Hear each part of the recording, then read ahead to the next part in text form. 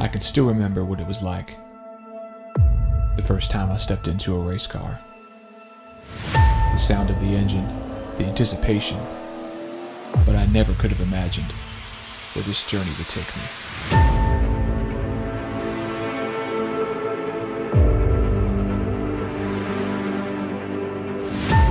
My father once told me that racing is just like life. You have to stay on your toes, because you never know what's around the next corner.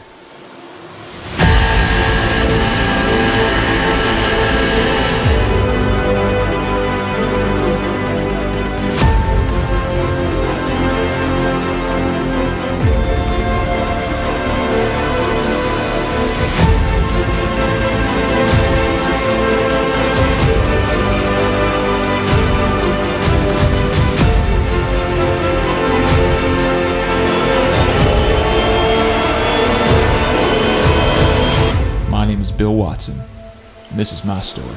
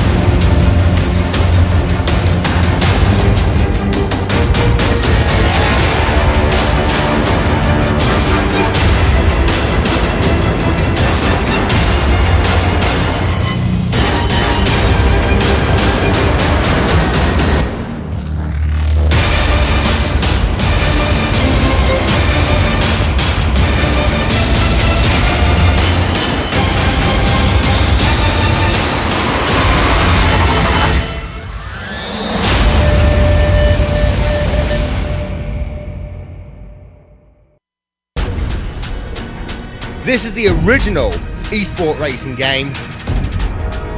This is iRacing.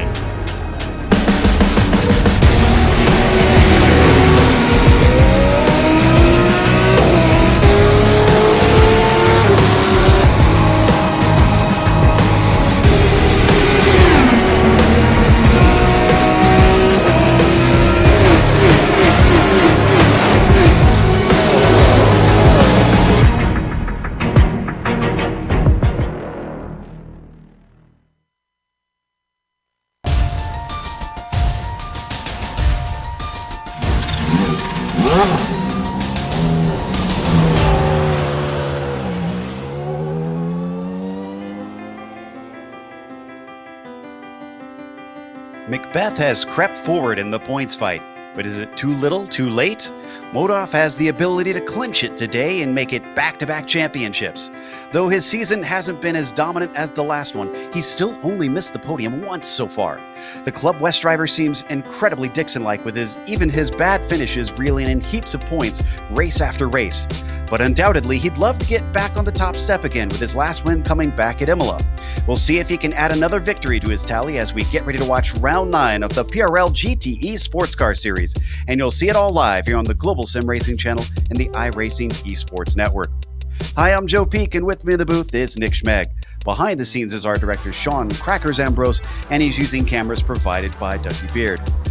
Nick, Road Atlanta is honestly among my favorite tracks to drive, but if there's one thing I've learned both from being on the tarmac and in the booth, this place bites, and it bites quickly. Yeah, Joe, it's definitely got a reputation to do just that, and I think we're going to see a little bit of that tonight as well.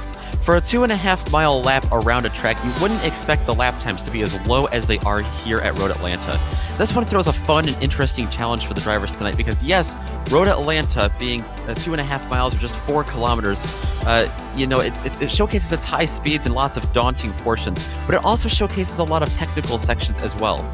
This combination makes those technical corners quite fast, often creating lots of attrition and equipment to be torn up off of some easy-to-make mistakes. Sports cars have been racing here for quite some time, a couple decades, but most notably in the Petit Le Mans in IMSA. And all the bumps and curbs here in the Georgia venue that the drivers are going to feel tonight are packed with history. It's definitely, like you said, a fan and driver favorite, which generally makes for some great competitiveness as well. For those unfamiliar with the roller coaster here, located 35 miles outside the city in a forest, allow me to send you down to the front stretch as you ride on board the GSRC Lap Guide.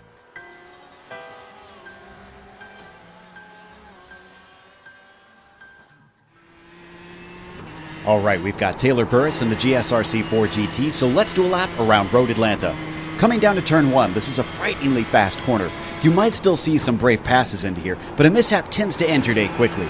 From there, you'll try to line yourself up over the blind crest of 2 and set up for 3. Knowing your turn-in point will be tricky and require great precision. After that, you'll hug the inside of 4 to set yourself up for the S's. The racing through this valley should be pretty much single file all day, otherwise you're taking an incredible risk. Turn 5 sees a lot of unforced errors, and most drivers pay for it in bodywork with how little runoff there is on either side. Finally, you get a short breather up to 6, which has more camber than you'd expect. That makes it tough to overtake here, and honestly, it's better to set yourself up for 7 anyways. This is the most critical corner of the circuit, with it leading you onto the backstretch. Fail to get a good launch on the exit, and you'll find yourself very vulnerable to attack. You see, it's not just the slipstream that offers your opponents a good opportunity. It's the fact that the turn 10 chicane is one of the heaviest braking zones of the lap. For the layman, that means a majority of the passes you'll see will take place here. So if the other driver doesn't get it done on the straight, they're likely to try to beat you to the apex when you get on the binders. From off the corner, you'll already start aiming the car across the crest and under the bridge. From there, it's very marginal getting through the final corner, which is another really dangerous turn. But hopefully you've kept it together and have now finished the lap around Road Atlanta.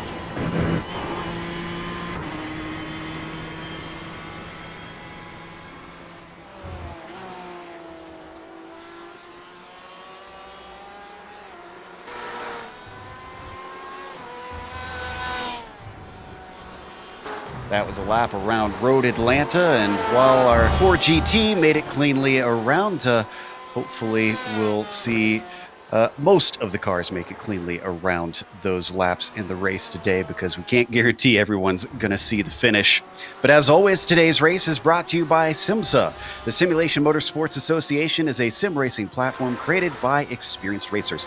Established in 2015 and supported by the International Sim Racing Federation, the association is bringing together organizations and communities to further promote sim racing globally.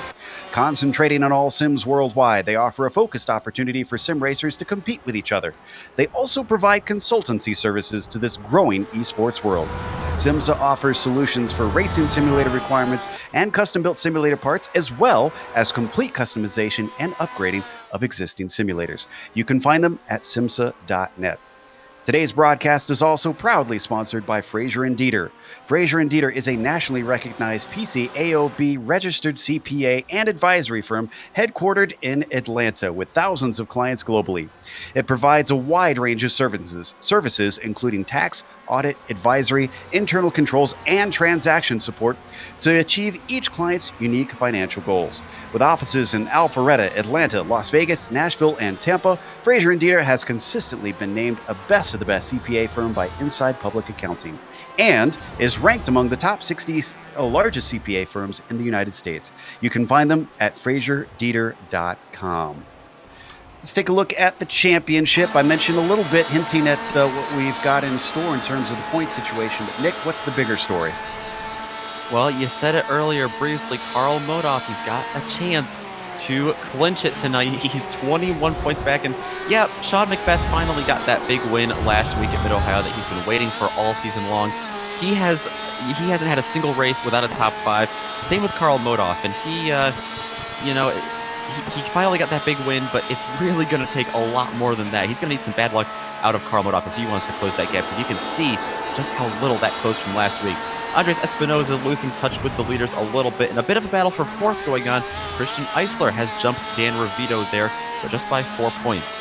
We also have a teams championship to pay attention to, and this one has also extended up front. The SRT eSports Team North has extended that to a 23-point gap. 56 points back from the leaders is the SRT Team East. Coca Motoclar Racing Team with Modoff and Clark in between there. The West Team for SRT and Team Bushfink Racing remain quite a ways down. That all those gaps continue to grow, so it doesn't look like much at stake anymore for there. But then again, you do have that one drop week, and You can see teams like Team Bushfink have yet to take a drop week. Everyone else has drop points, though, so it's going to be very interesting to see how everything shakes out in the penultimate round tonight. And this penultimate round, let's get you up to speed on what exactly it will entail. As you would imagine, it is round 9 out of 10. And there's that one drop week that comes into play for the points. Now, those are the 4 cars that they are eligible to drive in this series. These are all GTE class cars, what you'd see at Le Mans or at IMSA. These drivers have a 45-minute race. This is their sprint format. And despite that, there is one scheduled pit stop in this race. That's because they've limited the fuel cells compared to what the real things can run in a full tank. Now, the setups on the car are open, so they can tweak them to their liking. And as we've seen at the higher level of racing, the setup can make a difference, even though on road racing it's not as critical as it is sometimes on the oval side. They have an incident cap of 24. They will be disqualified if they go over that. They have no spare car if they get any sort of damage to try and recover their race. So they've got to come in and get that repaired if they run into some sort of damage on the car. As we saw one of our BMWs take there on the front stretch. This race is being shown once again live on the iRacing eSports network.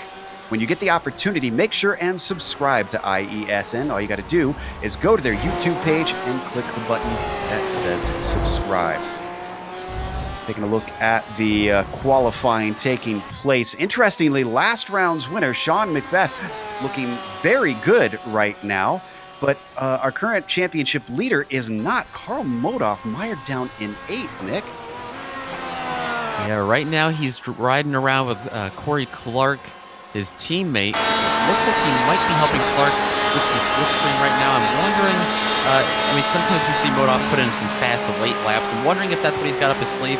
But really, he's not too far off the pace. He's only less than 4 tenths behind. He's about 3.5 tenths of a second off Sean McBeth. That's how tight our top 10 is. About half a second separate them all. All right, let's see what this one across the line has for Modoff. And it looks like, unfortunately, that one will not count for the number 48. So he'll have to continue around another time. He's starting to run out of laps, though, to get one in. The good news is it looks like conditions are pretty ideal out there as we watch Richter come around to complete a lap. Let's see if this one's any faster. Nope. Looks like that one is not going to count for him. But yeah, the weather out here today, Nick, seems like if it stays this way, it should provide good chance for side-by-side racing. Yeah, I definitely think so. That partly cloudy, cloud cover up there right now, and a pretty cool temperature as well. Not too much wind. We are just outside Atlanta, so you're kind of in the middle of the forest here in North Georgia.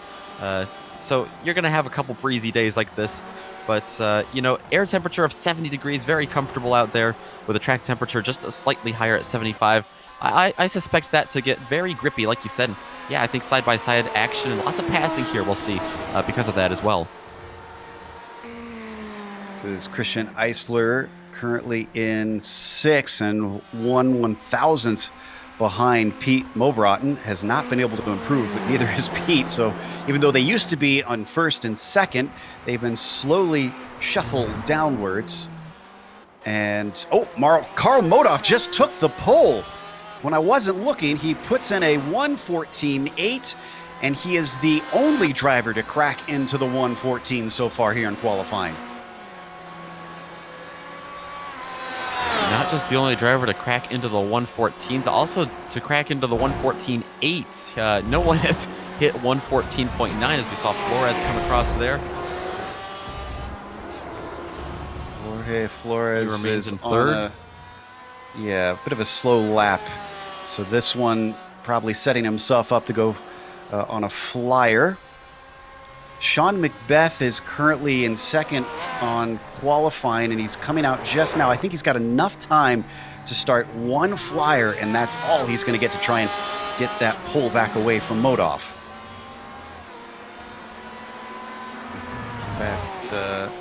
So we take a look at Eisler. Carl Modoff is coming around for another lap right now, but I think he looks a little slow. Yeah, that one not going to count for him. So he is starting a flying lap right now, and I think he might actually be the first one to get the checkered flag. You know, Joe, we have a couple of surprises up here in the top 10. Pete Broaden has found his way up into 6th. Leif Peterson up into 8th. With all the attrition that we've talked about here at Road Atlanta, we might see someone get a surprise podium. Certainly could. Abner Acosta, another lap that did not count for him.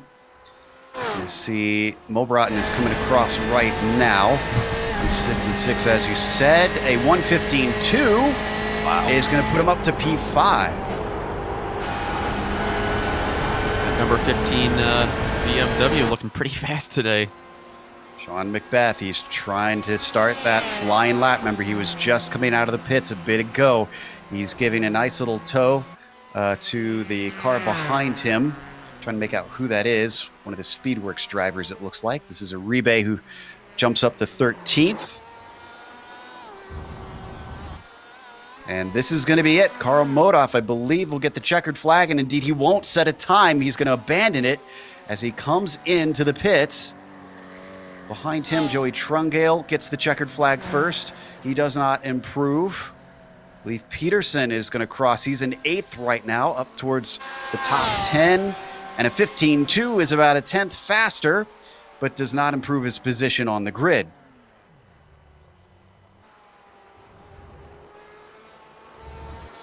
Way down for the number 18 car of Hugo Galaz. Currently sitting in 25th, a 1:16.9. Let's see if he can go any faster.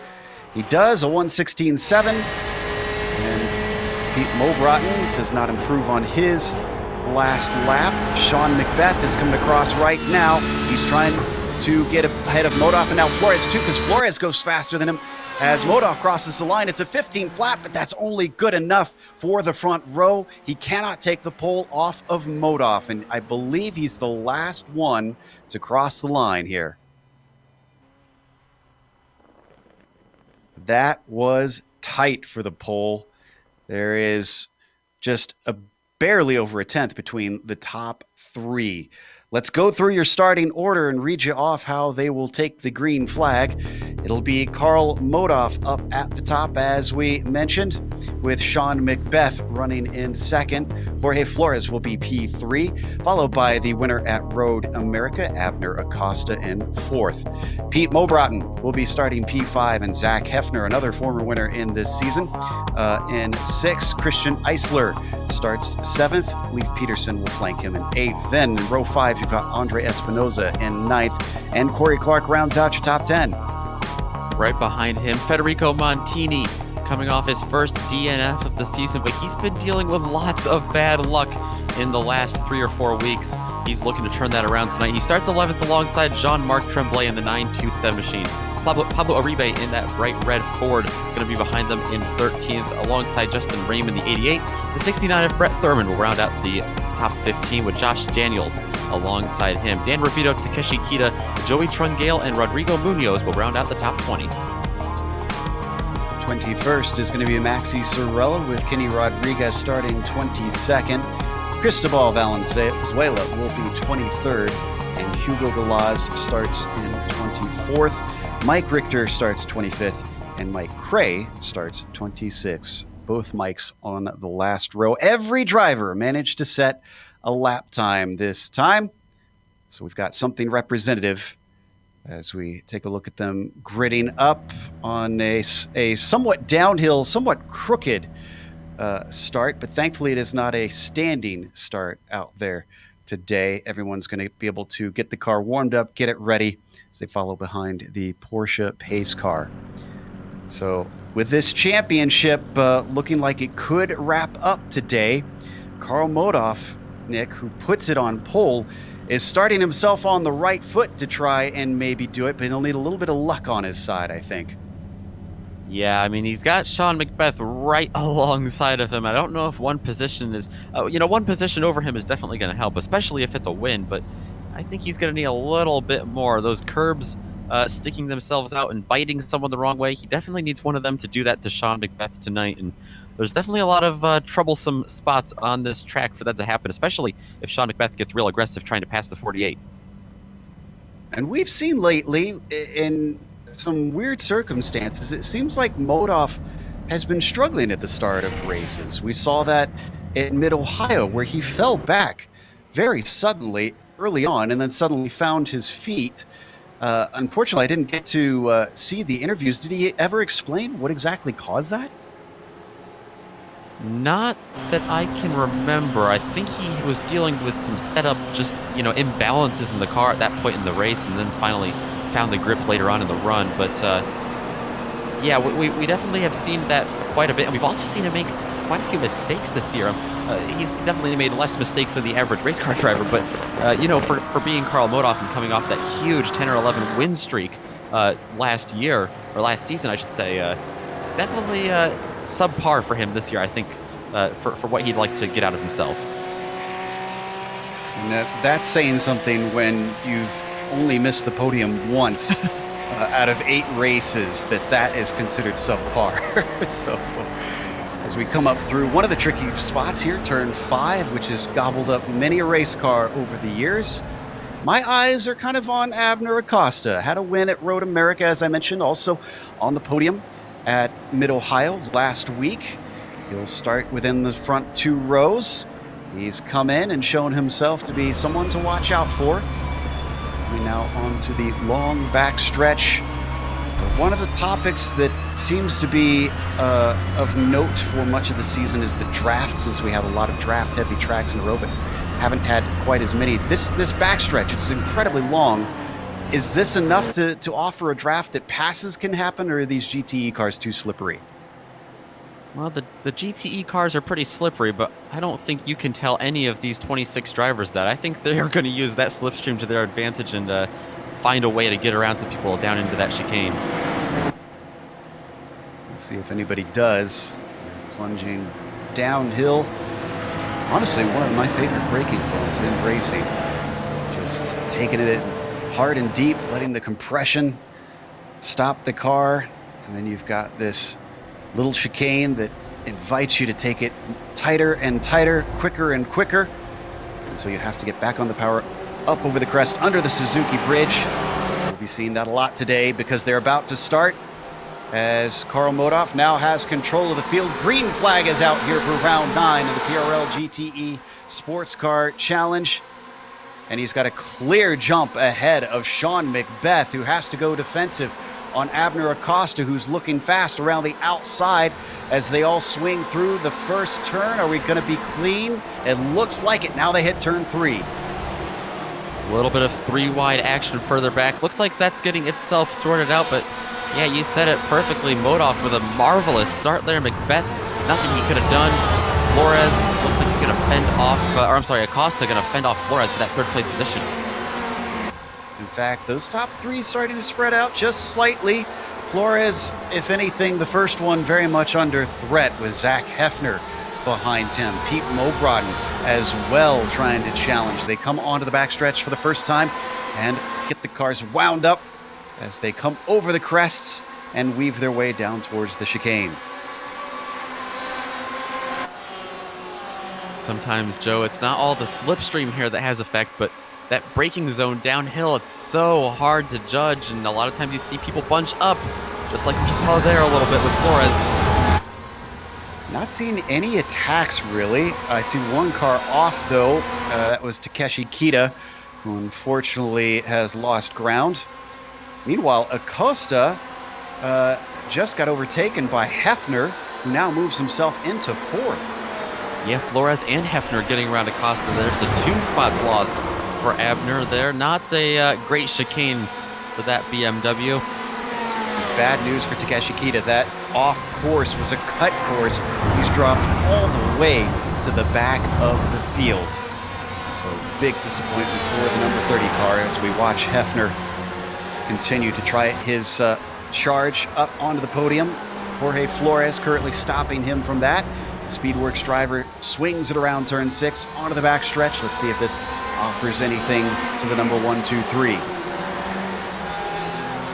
definitely been looking strong, but so has Flores in that first lap. You can see them pull away from Acosta just a little bit. And as they head to the braking zone, though Zach is close, Certainly not close enough in that Ferrari to go on the attack. Flores. As we watch this, we don't need to leave this.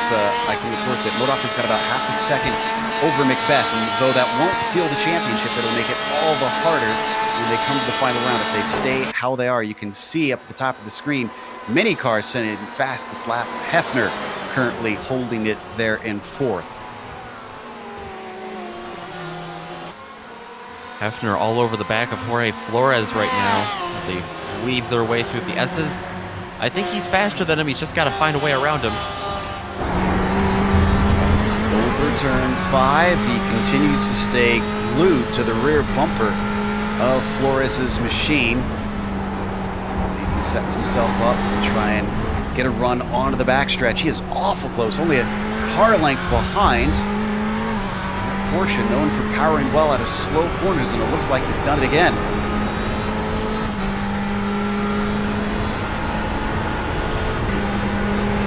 Down the backstretch, that draft reels in the Ferrari a little bit and a little bit, but just not enough each time by. He's going to have to find something else somewhere to try and squeak by the Porsche.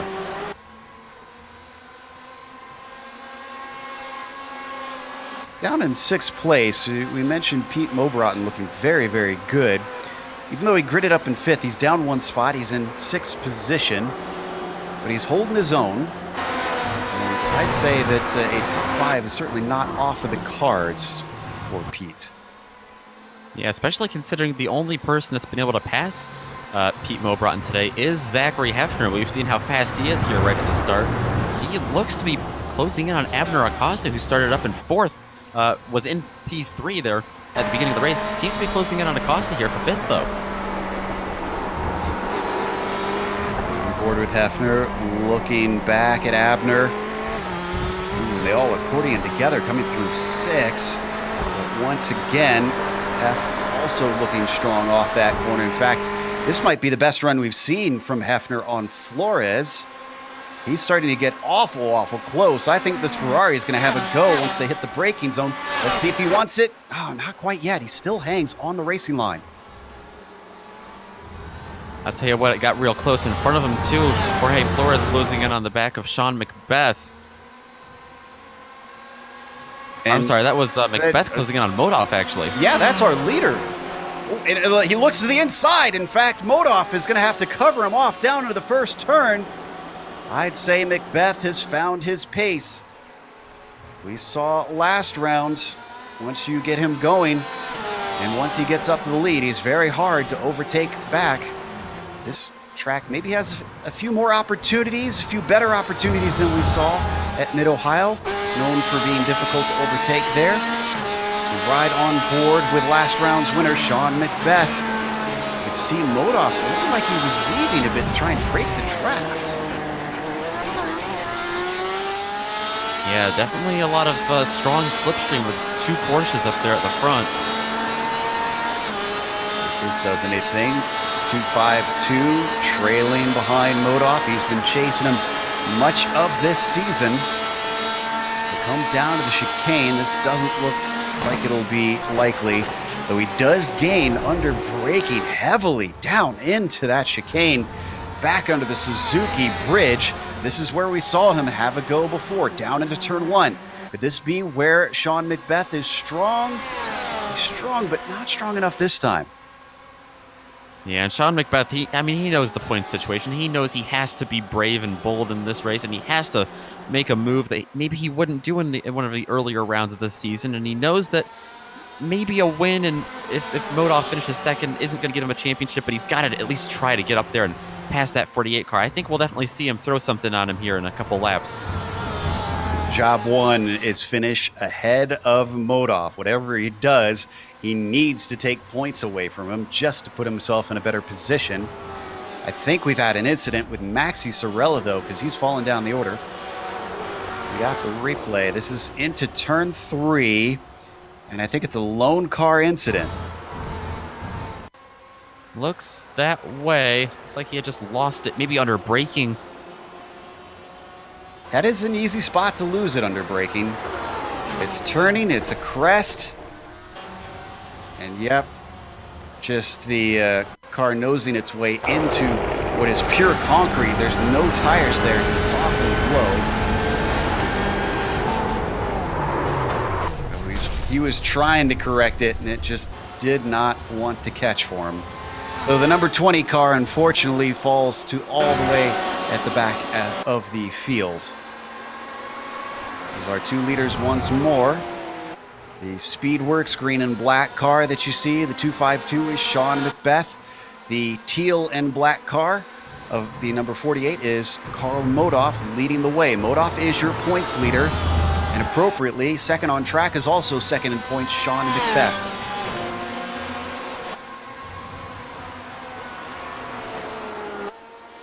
Through turn 6, climbing their way to 7. What's fascinating here, Nick, is that though they've pulled a little bit of a gap over third place Flores, it's not a big gap. It's only 1.7 seconds. They're not really streaking away. And actually, I think a pass is about to happen here. I think so too. It looks like Zachary Hefner on the right side, actually, of Flores, and he's got Acosta right behind him. This might be 2 passes in 1 turn. It looks like Acosta's going to back off, but Hefner is not going to. He makes that work on the outside. Flores saw the writing on the wall early. He pulled off to the left to try to defend, but it was really not going to work because of the run that the 1-2-3 had. He finally gets onto the podium after starting this race in 6th position. What a climb for Zach. Behind them, you can see a bit of a train, though. Flores looked like he was something of a stopper in the bottle, because that's Acosta, Broaden, Eisler, and Espinoza all the way back to 8th running behind them.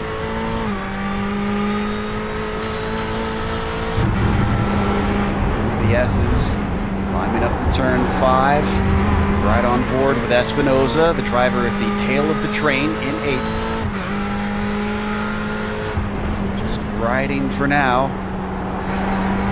for an opportunity. Behind them, we had a change for position. Federico Montini went wide, and Pablo Uribe managed to take advantage of it out of turn 5.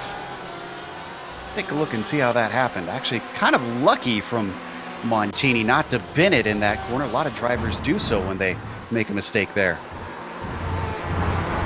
Yeah, definitely a tricky part of the track. You can see just getting over all that curbing. Really unsettling feeling to run wide over there. They held it together, not without losing the spot to Uribe, who's now P9, and Leif Peterson gaining behind them, looking to see if he could maybe have another one of those. Looking to see if he can rattle a mistake out of Federico. They come through turn 1, nice and smooth from all 3 cars this time. Maybe turn 3 will hold something for Peterson, but it is not to be. Peterson qualified up in 8th, so a lot of pace in that 913 car, but hasn't really had the race pace that he wanted so far this race, but might be able to get him back, with a couple battles like this. Let's stay with this, but the battle between our leaders, Modoff and Macbeth, has separated. It's up to 0.6 of a second. So what was awful close has spread apart. Looks like coming onto the back stretch here with Peterson. I don't think that's a good enough exit that he'll be able to go on the attack down to the chicane. Montini is awful far away. So Flores has been passed by Hefner, but I called him the stopper in the bottle. Hefner hasn't run away quite yet. It's still Acosta close behind. He's got a great real run. Close. The inside, looking at turn 1, but defending him off from the outside. That is a great job by Flores. Now they're losing touch to Hefner with all that moving around on and off the racing line for Jorge Flores. Hefner Acosta will have to look in his mirrors because Pete Mobrotten as well getting awful close, coming up to turn 5, has to check up. That interrupts his momentum slightly. This is getting fierce, and we've had a pass for the lead. Sean Macbeth has managed to get by, and very similar to what we saw with Montini before, a little bit of an error from Modoff has opened the door. Let's look at the replay. Yeah, you said it. Just a little bit of a mistake from Modoff maybe here. Coming out of that tricky turn 5. That's all where it started. You could see that it was finished in 6, just outbraked him, got his nose in. There you see the Porsche in front bouncing over the curbs. He knows it, but he doesn't block. And there goes Macbeth up to the front. Last time that happened at Mid-Ohio, Macbeth did not give the lead back.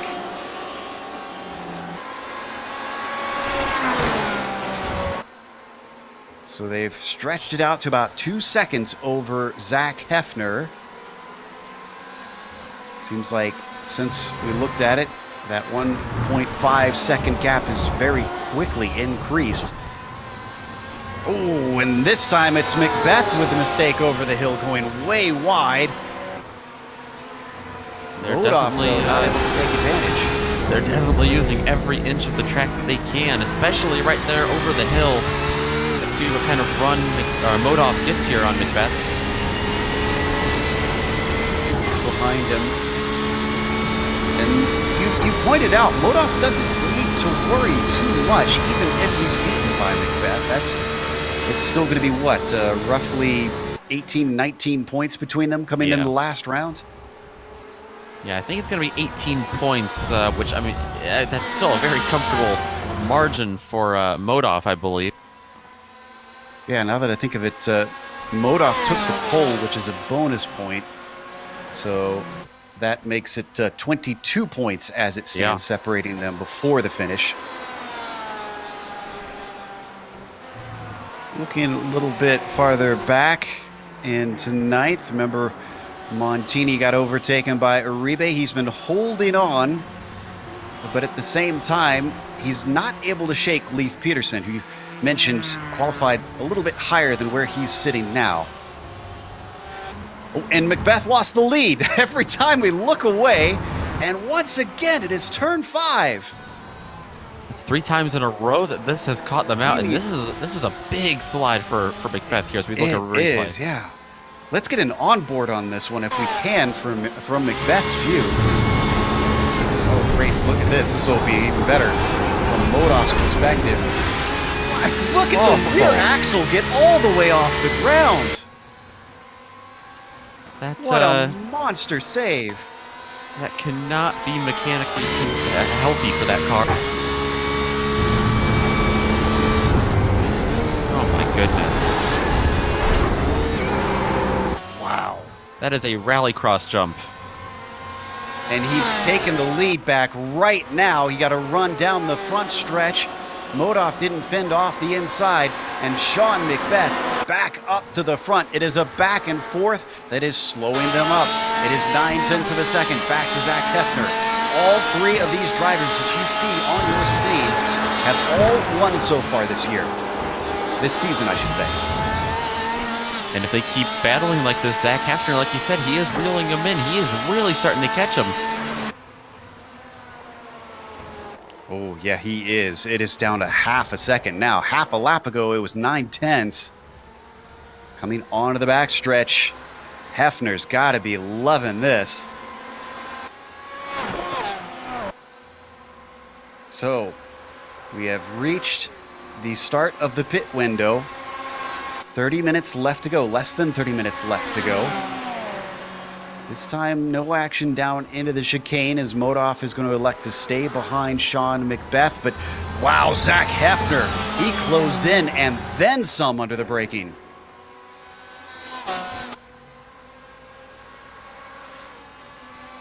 These 3 streaking away from Abner Acosta, who is back and forth. It is about 2 seconds from 3rd to 4th place.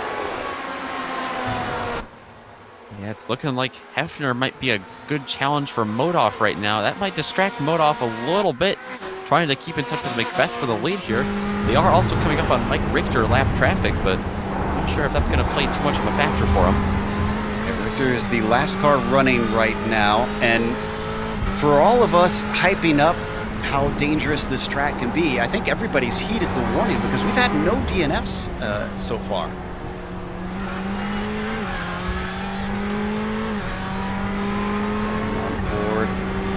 With Zach looking up ahead at Carl Modoff. Modoff starting to gain slightly on Sean. Let's see if he takes a look to the inside. He's getting awful close down to the braking, and that looks like a lift to me. He's not going to attempt it quite yet. Very similar to him trying to get around Jorge Flores early in this race. He was very patient, especially headed down into that chicane, and finally waited for Flores to make a mistake. And with as hard of a battle as Modoff and Macbeth are having in front of him, that's very possible for him to be able to take second place or maybe even steal the lead here. That's a very good point. The way that Hefner rocked up behind Flores looks very, very similar to what we're seeing right now. And they plunge their way through the valley of the S's and up over the crest of turn 5. Nobody really able to take advantage quite yet, but you can tell that those top two have not only been pushing, but have been pushing somewhat past the limit, because both Modoff and Macbeth have seen nearly race-ending mistakes early on in this race. Getting close to the halfway point now. Yeah, I don't want to throw another variable into all this battling, but they still have to make a pit stop as well somewhat soon. That's going to be interesting to see when they all do it. Oh, Justin Rames had a problem. Out of turn 7. I think he managed to avoid the wall. You see the Porsche getting the car going once more. But of all the places you don't want to lose momentum, that would certainly be one. Watch this one more time, and then after that, let's stay on the replay, but switch it over to Pete Mobroden, because he's lost a bunch of spots, and that was due to car contact with Jorge Flores. Oh yeah, this is in the chicane. Yeah, there's the spin. All we got to do is switch over to Mobroden. Here you're going to see it right here. It looks like he got a run on Flores. I think this was netcode. Bit of netcode. Yeah, you're right. Unfortunate. Yeah, that is upsetting for Pete, because that was very clean and a nicely executed pass until then. He should have been able to continue on, but the nature of the internet has meant that he got bumped off when there wasn't any actual car contact. Mobroden now down to 12th because of that.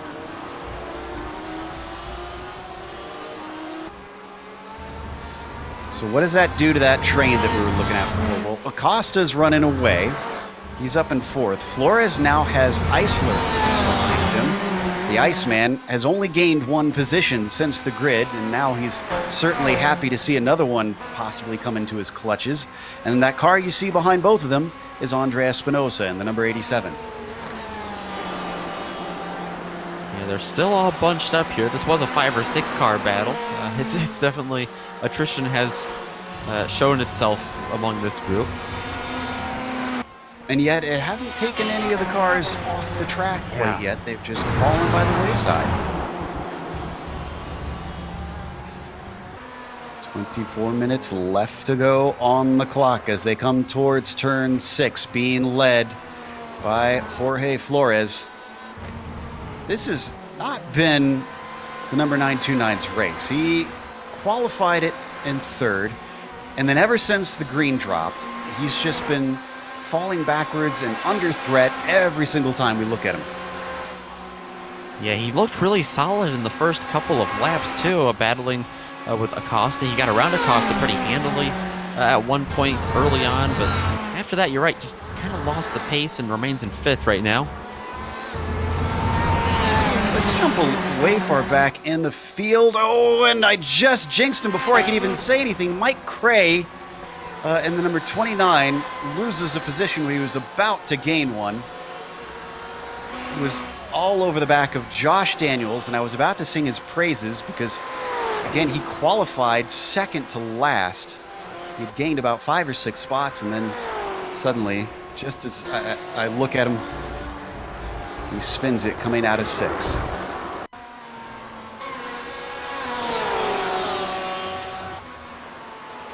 Yeah, just fighting hard with him. Maybe a little bit of curb there. It looks like it started to go as soon as he turned in, yeah. And actually, Josh Daniels has just taken it to the pits. I'm not sure if it's a scheduled stop or this looks like he's got a little rear end damage. Correct. Whether it's scheduled or not, he's definitely within the pit window, so at least Daniels is safe to make it to the end. To see if he has a long stop, though. Oh, he does not. He's going to come back out. That Porsche is going to be the second to last car running now. Still pretty early in that pit window for those front runners. Sean Macbeth continuing to lead this one. Karl Modoff, his mirrors are full of Zach Heffner, still looking for that second place.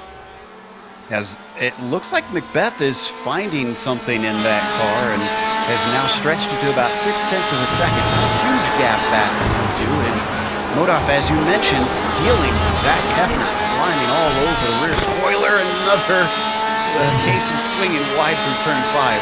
Oh, Modoff, my goodness. Only so many times he's going to be able to get away with that. I fear the worst for these three. Yeah, they've gotten away with it, for the first half of the race. They're only going to get more and more aggressive as this thing picks up. Another person to watch out for is Abner Acosta. He seems to be slowly but surely reeling in the front runners as well. And looking at his last few laps, a 15.5, 15.5, 15.8. Compare that to Heffner, a 15.8, 15.6, 15.9. So you're right, that is... Abner Acosta is trying to join the fun in this battle for the podium. It kind of tells me that maybe Heffner's faster than Modoff. He's just being pulled up by him right now. Well, and as soon as we say that, Modoff has closed the gap down to 0.3 behind Macbeth. This has been a fascinating race. Mostly because of this battle for the lead. I can't really tell if any one of these drivers has the edge over the other. Yeah, they all. You're right. They'll swap positions, and then it'll look like they'll be held up by the person in front of them. Very competitive speeds here, very similar to each other. Hit the backstretch one more time, and Modoff was awful close coming out of turn 6. Macbeth has given him a wonderful tow. But is this enough of a tow? I don't think so. Modoff starts to hit his plateau as they come into the braking for the final chicane. Indeed, he doesn't even close under the braking. It is once again Zach Heffner who looks much, much stronger than these two on the binders.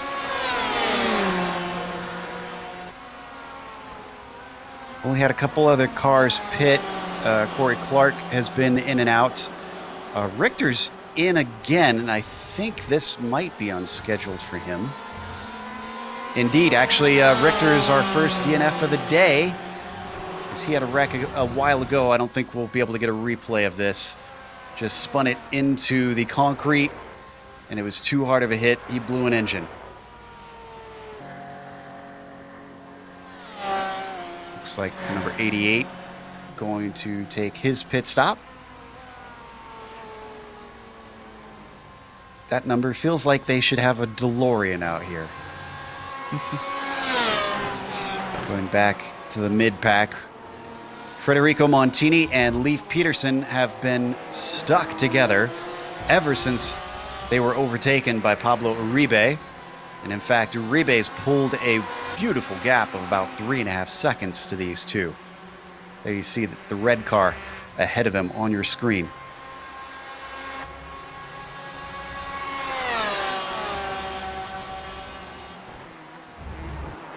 Seen very few takers for the pits for an early stop.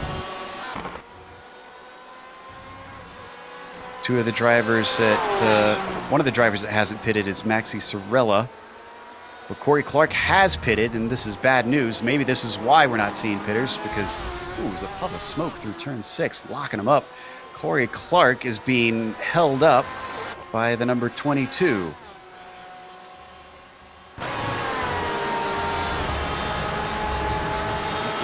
Corey Clark just pitting, trying to fight his way back up to the field. Taking a peek to the inside. That's basically the outside now, but it looks like he's going to get that position. Maxi tried to defend, but it didn't look like that one was going to work. So, managing to get himself a little bit of clear track. Now Corey Clark can put his foot down. Still 25 runners out on track. Let's take a look at that battle for the lead once more, because it is not peeled apart. And it is still the same 3 cars. Acosta is still pulling up to the back of them, but it's not as quick as we saw before. It is only 1.5 seconds now. Yeah, it seems to have fallen off just a little bit, and I think that might be because the front 3 have stretched out a little bit as well. They seem to be not battling as aggressively. Realizing working together probably a little bit better. We see 4th place. Let's stay with this, but I can tell you that Jean-Marc Tremblay has also pitted. Seen a few of the mid-packers come in. You know, we mentioned Acosta losing that gap to the leaders. He's actually still closing in on him quite a bit. It's down to 1.3, so maybe he's listening to the broadcast, realizing he's got to start hustling. So another 2/10 as we look back from 3rd place Hefner at the 4th place car of Acosta. When will these top 3, top 4 drivers come in? There's one. That is our leader, Sean Macbeth. Comes screaming into the pits, hits the cones, and gets it down to the pit limiter in time. I like that decision from him. I like that call. He kind of covers off any kind of undercut from anyone else. I was wondering if Hefner was going to duck in early. Yeah, and isn't allowing any of the 2 behind him to save any more fuel that he'd already allowed them to do. Yeah, I think that's going to play out well for him. Oh, as Modov has a scary moment, actually. Macbeth is back out. Hefner isn't able to overtake Modov. And Acosta has now got it down to 1 second. This is all ahead of Jorge Flores, who's now been promoted to 4th after Macbeth takes his stop. Flores is a whole 5.5 seconds behind those 3.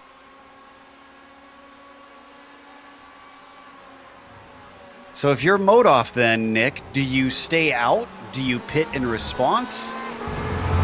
Well, stays out this time. I was about to say, I'll have an answer for you in about 15 seconds. Oh, we've had a spin. Christian Eisler. This might have been due to contact. They're in the chicane. There you can see him stop. Let's take a look at the replay. He was tussling with Espinoza.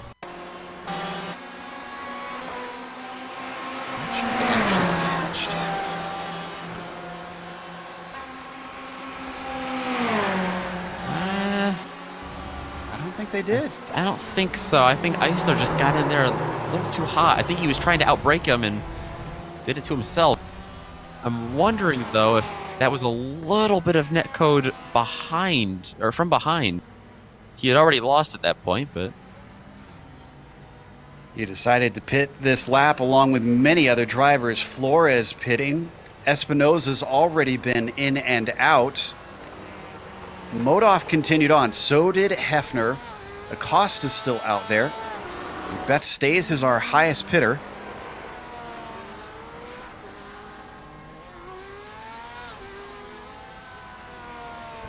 And did Flores have a long stop?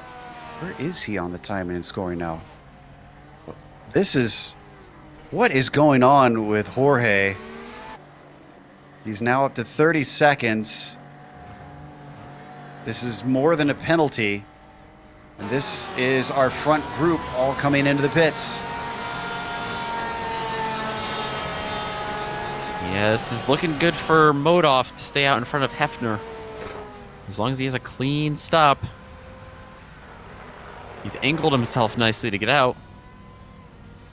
And Macbeth is coming around the final corner. Who is that? who's out getting first there, actually? Is that Hef? I think it Hef is. jumps them all. And in fact, he's going to jump Macbeth as well. So does Karl Modoff, our leader. Seems to have missed a trick. And in all of that, your new leader is now Zach Hefner. Wow. Hef's one win so far came at Spa. Much longer track. And that one, he held off Acosta and Modoff. One of those drivers is behind him. The other's trying to play catch-up, Abner Acosta. Definitely more of a shakeup than I had anticipated with those three. I was surprised that Macbeth got jumped. That to me says that Hefner and to some extent Modoff were being slightly held up by Sean. So this changes the complexion of things. Oh, and a mistake coming out of the final chicane for Zach Hefner. Modoff swings around the outside, and he's going to retake the lead.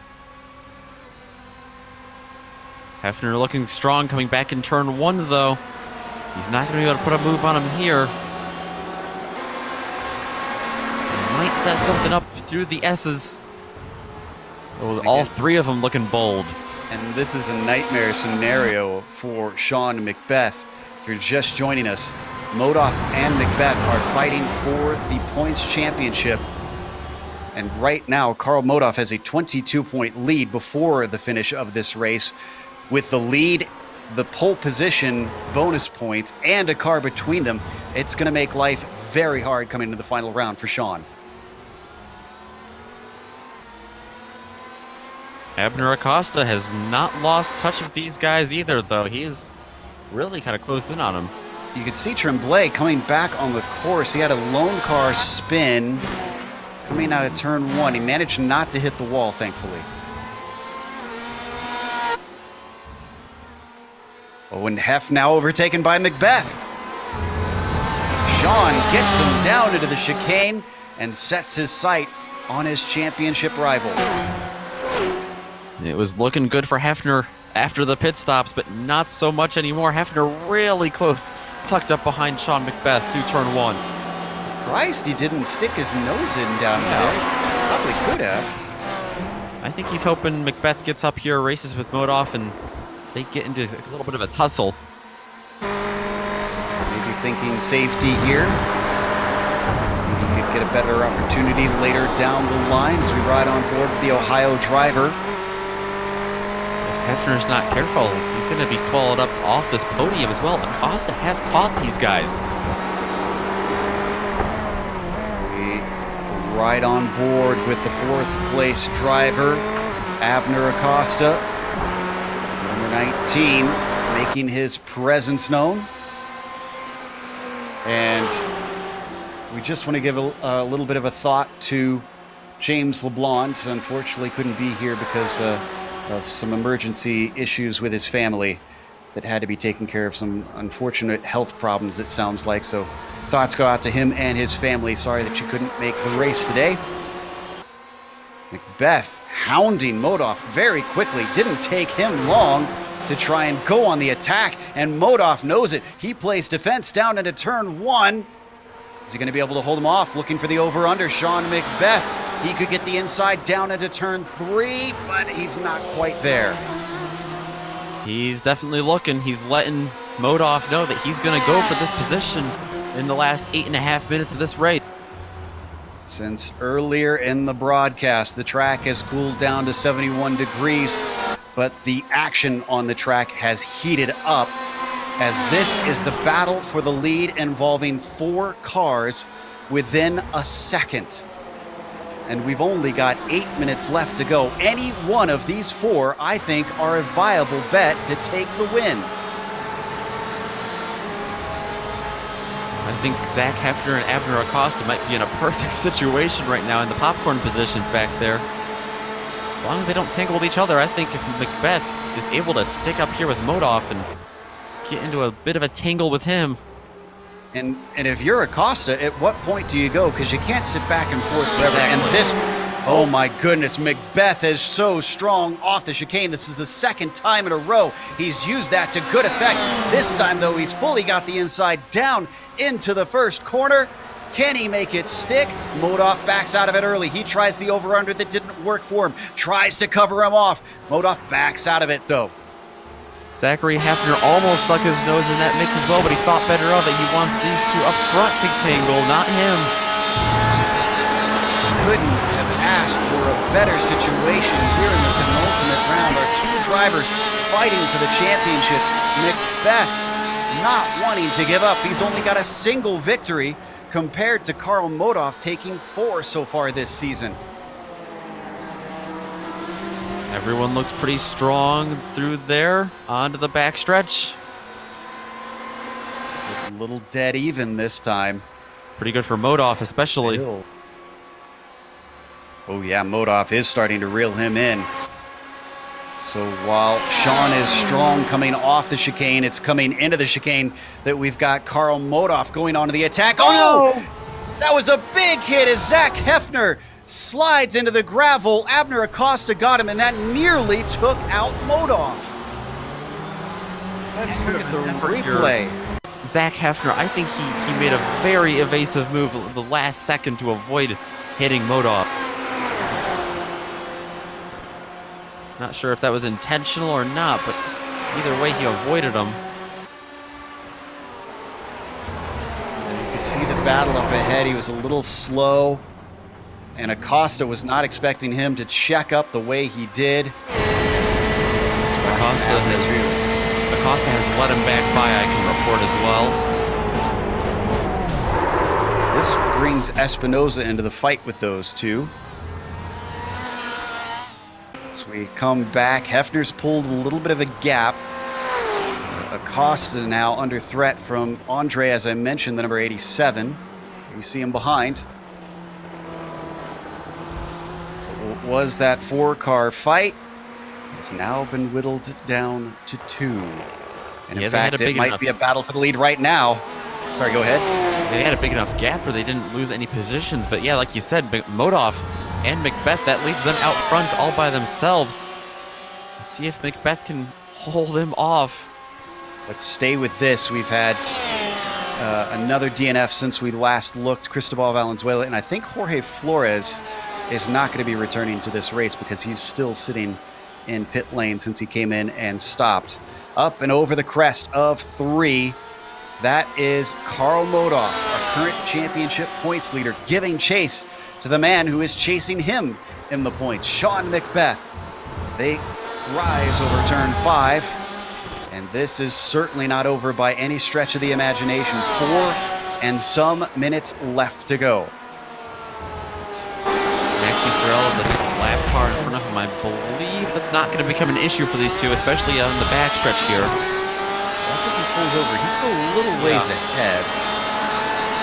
I'm sure they'd love him to pull over. Let's see what Maxi does. We're on board with Karl Modoff. I think Sorella's lifting. I don't think so. They might catch him here coming out of the last turn, but right behind him, side by side. Looking around the outside. This is where Sean has been his absolute strongest, coming off of that chicane. And yet again, he shows it as he pulls the gap up to about 0.4 of a second over Modoff, even though he was just under attack.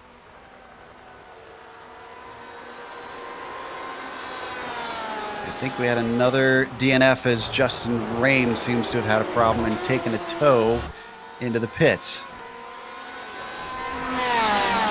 Oh, and who was that that just spun off? Was that our lapped car? That was Sorella. Yeah. Woo, that was a hairy moment for our leaders.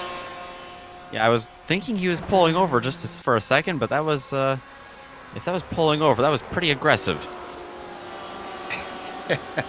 Too aggressive as he plunged it into the tires. You're going to see here, gets back on the throttle, and suddenly it gets away from him. Yeah, I think that was just plain error from him. Yeah. Puts it on his lid, actually. Interesting. This is where we've seen Modoff make multiple attempts, and none of them have worked out so far. This time he doesn't go on the challenge. Ooh, Modoff in the curbs a little bit. That definitely hurt him through there. Meanwhile, we got a battle between Acosta and Espinoza. And Acosta's going to hold off the SRT driver for the moment. But I'd say that the 87 certainly looming in the mirrors of Abner Acosta.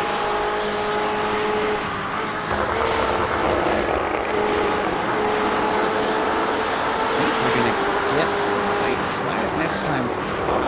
I'm not sure. Actually, maybe we won't. It's going to be close. I think we are going to be 2 to go.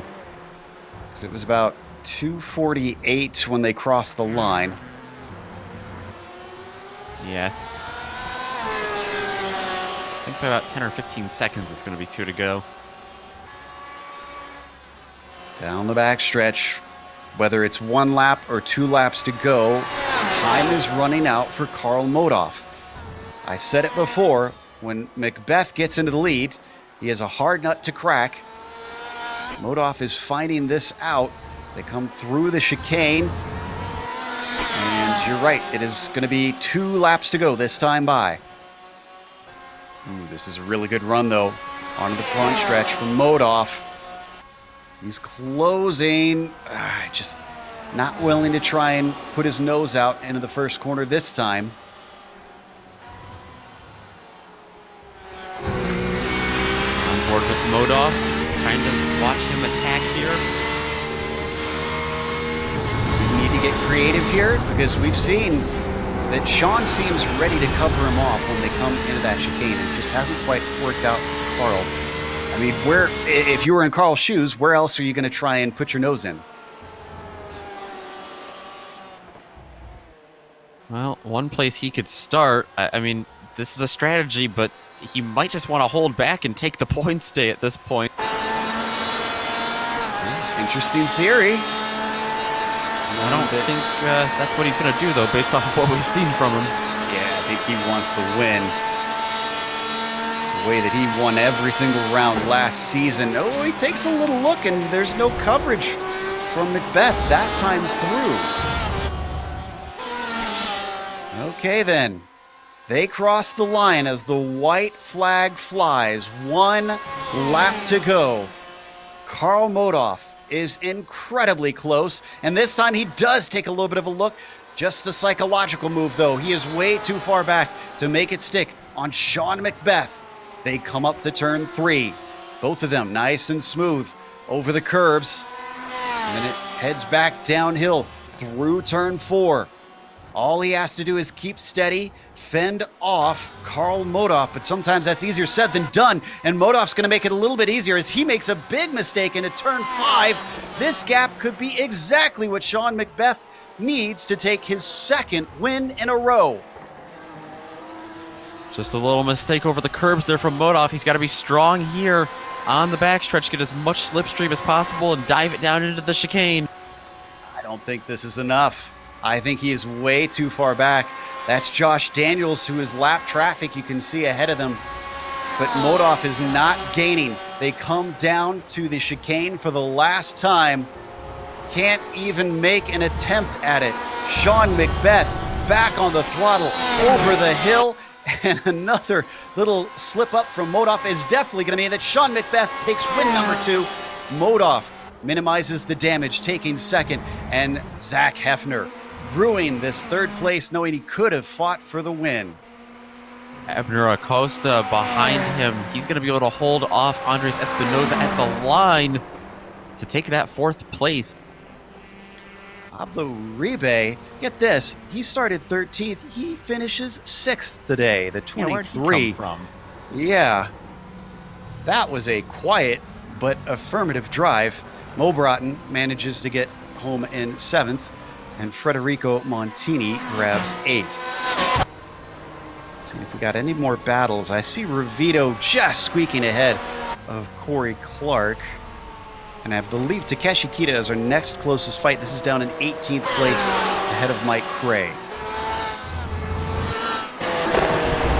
Thinks about it a little bit, but unfortunately for that BMW, who did climb a number of places from 26 to 19th is the best he's going to be able to do. That's the last of our field on the lead lap. So with that, let's take it to break here on the Global Sim Racing channel. We'll come back with the unofficial results as well as driver interviews. If you stick around on screen, you can see all the upcoming races here on the GSRC.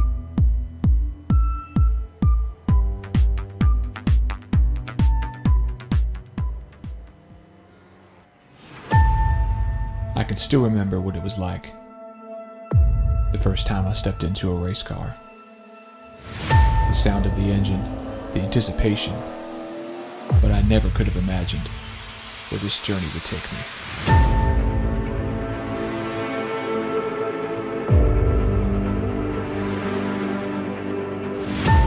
My father once told me that racing is just like life. You have to stay on your toes, because you never know what's around the next corner.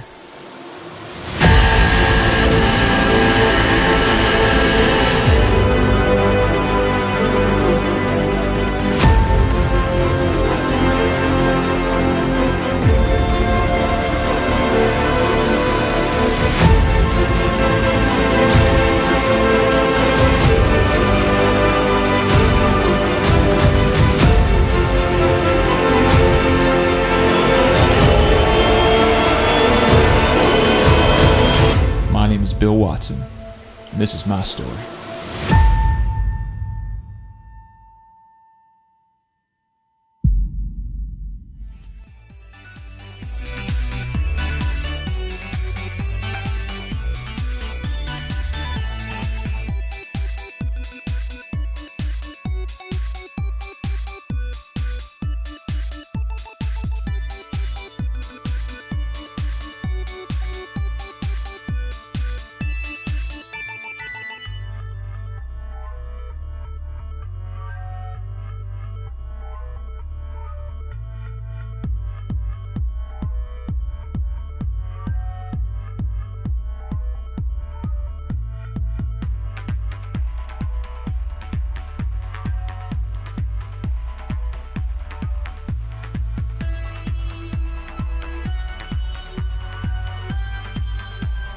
Welcome back to Road Atlanta. We just watched the penultimate round here in the PRL GTE Sportscar Series. And, well, Sean Macbeth took his second victory. He took a while to get his first one, but now it looks like he's got the momentum going.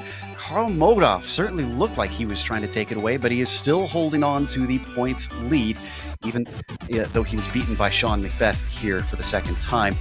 Zach Hefner finishes in third. He started from sixth position. I have to think that maybe he was cost a chance at the win by the driver who finished behind him. Abner Acosta ran into him, gave the spot back, but I'm sure that's a little consolation for the 1-2-3 car.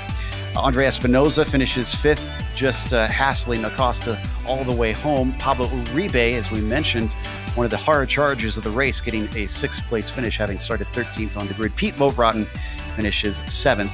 And then Federico Montini finishes eighth. The Iceman, not the race that he seemed to have wanted today. He finishes in ninth, and then Brett Thurman rounds out your top 10. Behind Thurman there in 10th, it's going to be Leif Peterson after starting 8th today. A great start for him, but a little bit worse of a finish. Still a great finish for him, though. 11th place on the grid here at Road Atlanta. Dan Ravito coming up from 17th to that 1 spot. Spot number 12 for him. Corey Clark behind them. Going to finish 13th. Tremblay had some problems, but he's going to scrounge a 14th. Joey Trungale from 19th to 15th on the grid today. Munoz behind them in 16th. Kenneth Rodriguez in 17th. 18th, right where he started, Takeshi Kita. 19th, Mike Cray moves up 7 spots, and moving up 4 spots, Hugo Galaz will round out the top 20. Last car to finish on the lead lap was Josh Daniels, and then you had the DNFs after him. Justin Rame, Maxi Sorella, Jorge Flores, man, third on the grid to this. Cristobal Valenzuela, and Mike Richter, the last of your fields. We have our winner ready to talk to us. Sean Macbeth now has 2 on the trot, and though he's got momentum on his side, he has a very steep hill to climb. So, Sean, I'm sure it feels good to win a second race in a row, but I'm sure you've been looking at the points after this is over and thinking, oh, this is going to be tough. Yeah, exactly. Um, yeah, it's a bit late in the season really to kind of steal it unless something bad happens, which hopefully it doesn't. But yeah, from now on, my goal is just to win. That's it. It seems like in both of your wins, one of your strengths has been playing beautiful defensive races. When you've been under attack, uh, you make it incredibly hard for the drivers behind you to get by. But nothing was on the edge and nothing seemed overly aggressive. I mean, what's the trick that you managed to just put yourself so out of reach? That's a speed secret there, Joe. I've been racing for a long part of my life in various disciplines, and it's just something you learn over the years, especially with intense battling. You just learn where to place your car, and having a mirror definitely helps. But yeah, it's just something I've honed over the years, and thankfully, it's a skill that's working out, paying off. So, could you potentially use these two finishes, and especially if you make it a hat trick with the next one, to maybe carry momentum into the following season if Modoff comes back and challenge him for the victory or for the championship just by taking these wins and carrying it over and try to start winning more next season? I'd like to, but it might be kind of difficult. The we'll say the competition committee, if you will, the league is debating on whether to move the race up, which makes it really hard, even harder for me to get home in time for the race. I really want to run next season, so I'm going to be voting against that. But we'll see. It all depends on what the scheduling is going to be like next season. The complications of sim racing, unfortunately, but still, congratulations on the win today. That was Sean McBeth, victory lane for the second time in a row. And Nick has caught up with the driver who finished in third, Zach Hefner. I have indeed caught up with Zach Hefner, finishing third, like you said, in the 1-2-3 car, fitting to where he finished on the podium today. The driver out of Ohio, though, Zach, that was a heck of a race you had to deal with there. Yeah, that was really, thrilling once I caught up to Sean and Carl. They definitely were flying up there. I was happy to catch them and get in their draft, and they were running awesome clean lines, and I was happy to be up there. And then the pit exchange, it was wild. Yeah, absolutely. So that pit exchange I want to ask you about. You came out the leader, but then you weren't able to hold on there. What happened there? Did you have the pit stop you wanted, or just come out slow, or what all happened there regarding that? Oh, I think I had an awesome pit stop. It just was everything. Coming in, I think I had a good run in. Carl kind of came in hot, and I think he was scared about getting a penalty for coming in a little hot. Might have locked it up, and I hit my box perfect, hit my fuel perfect, hit the throttle perfect, and hit the pit limiter off perfect. Got out, and I think just once we got back around to the chicane, I hit the divot in the curb, and it just got me a little loose. Yeah, and riding back, on board with you a lot in this race because we were watching Sean McBeth and Carl Modoff in front of you. Were you riding more popcorn position, waiting for something to happen? Were you being patient, or were you, going as fast as you can, trying to make as many moves as possible there? Definitely cognizant of them being, it's it's both of their championships. I don't have a mathematical shot, so I don't have a dog in this fight per se. So just trying to let them be clean. And then take advantage of any opportunity that comes. Really, I was ready to pounce if the opportunity arises.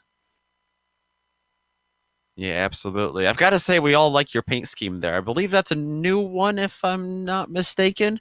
But is there anyone you want to give a thank you or a shout out to before we let you go this evening? Yes, if you don't mind. So it is a new team. I'm parting from SRT mutually. I love all those guys. I'm still racing with them. We're still chilling in the voice chat. It's a new team that I was given the chance to open up with a software developer, Racing Sim Tools, to develop a new setup and telemetry app to kind of combat the big three, if you will, setup shops within the iRacing community. He's opening up his new app. He was big in Project Cars 2, and his new app is going to be available for all sims that he is able to, iRacing obviously being one of them. And he is sponsoring my team along with SimRacing Lounge. Bunch of guys, 300 group of guys, R Factor, iRacing, everything. I was lucky enough to get together with a bunch of guys and open up a new team. So excited for the future. That is awesome. Well, you started off on the right foot tonight, I'd say. A solid third place finish. Hopefully we'll get to talk to you, if not next week at Daytona, later on in the upcoming seasons. But congratulations tonight and good luck next week. Thank you very much. I'll be there. That was third place, Zach Hefner. And I believe that closes up our interviews for today. Guess Carl did not want to talk to us after that battle. Might be a little bit wiped. So a big thank you goes out to SIMMSA, the sponsor this season. At SIMMSA.net is exactly where you can find them. They've been with us for a couple seasons now, so a big thank you goes out to them for all their support to make these races get to air. And to Frazier Deeter, our new sponsor for this season. FrazierDeeter.com is where you can go check them out. Don't forget to give them a look if you need any services of accounting and taxes. Now, also, a thank you goes to iRacing for putting us on the iRacing eSports network. Make sure and subscribe to them when you get the opportunity. All you got to do is go to their YouTube page and click subscribe. Thanks to the companies that provide the software and the hardware for our broadcast. You can see them listed here on your screen. And additional thanks go out to June Lalonde, who provides our wonderful music. See the screen for how to get a hold of more of her great work. Thanks to the team today, Nick, Sean, and Dougie. If you'd like to find out more about GSRC, including upcoming races, you can find it at globalsimracingchannel.com. You can also check us out on social media. We're on Twitter at GSR Channel, Facebook at Global Sim Racing Channel, and Instagram at GSRC_Graham. The next race that we're doing for the finale of all places at Daytona's Road Course. That'll be Tuesday, May 21st at 9 p.m. Eastern. That should be a stunner. We also have upcoming races for other series listed on the screen, so check those out and mark them down on your calendar. But until next time, race clean, race hard, and see you on the track.